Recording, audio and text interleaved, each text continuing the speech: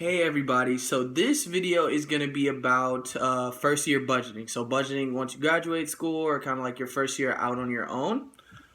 So the best way I'm going to map this out is obviously I'm going to talk about self-discipline, learning the cost of things, saving with a goal in mind, and then a nice little kind of tool that I use to help me save and kind of help me budget. So starting off with self-discipline, the power to save is the trick. Obviously, spending your money on a lot of different things, whether it's too much food, too much drinking, a bunch of different stuff when you first are young and you got a little money in your pocket, or whether you're in college or anything like that. So the biggest part is kind of figuring out what you spend too much money on and having a little bit more self-discipline on not doing that. Two tricks that have been the most helpful for me is having all of my money directly deposited in my savings account, and then taking a certain amount of that and putting it in my checkings or withdrawing it from my savings and having it as like in my pocket money. Because then you regulate your spending, especially because I have Chase, so you can only make so many withdrawals a month before there's a penalty. So it definitely helps me regulate my spending. Another one is if you withdraw money, put them in envelopes.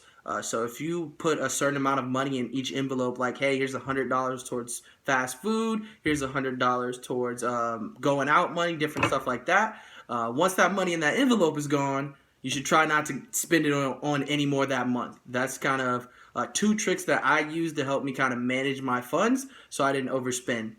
Next one is learning the cost of things. So this takes a lot of research. So whatever city you're moving to, whatever apartments you're looking at living in, different stuff like that. Hopping on the computer and just checking out different prices and things like that, the regular cost of living.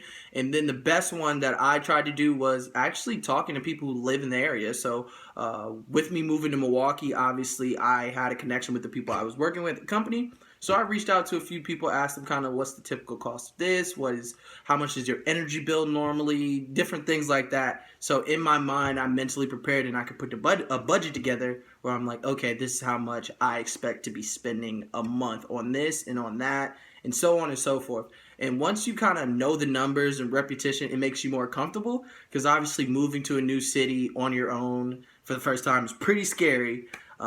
So being financially stable is very important. So I would say learning the cost of things is the biggest thing. Because if you come here just like, oh, rent's gonna be $500, next thing you know it's $8, then you're completely like thrown off.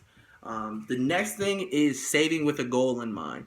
So this is a really big one as far as if you're in your spring semester of college or you're about to leave the house soon.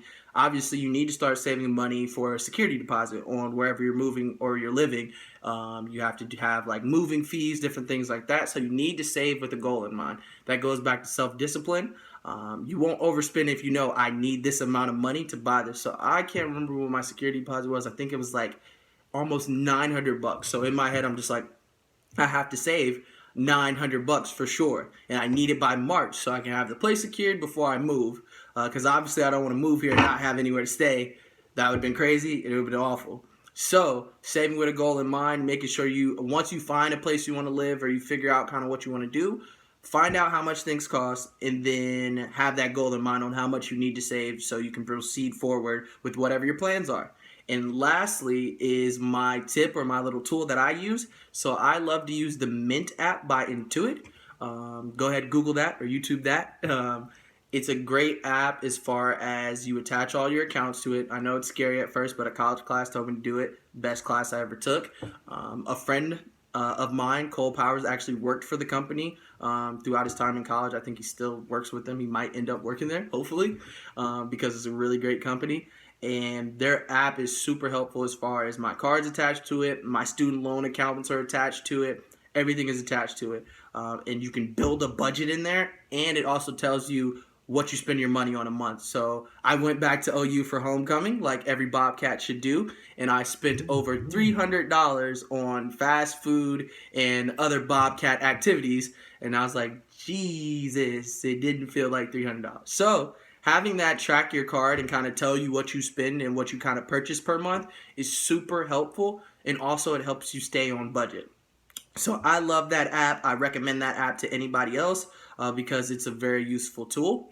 As far as that's all my tips about budgeting for the first year. If you guys have any questions, feel free to ask me in the comments. Any other content or subjects that you guys want me to cover, also put in the comments. Do me a favor, like and subscribe. I need to come up with like a catchphrase or something in these videos, but other than that, I'll just say thank you guys.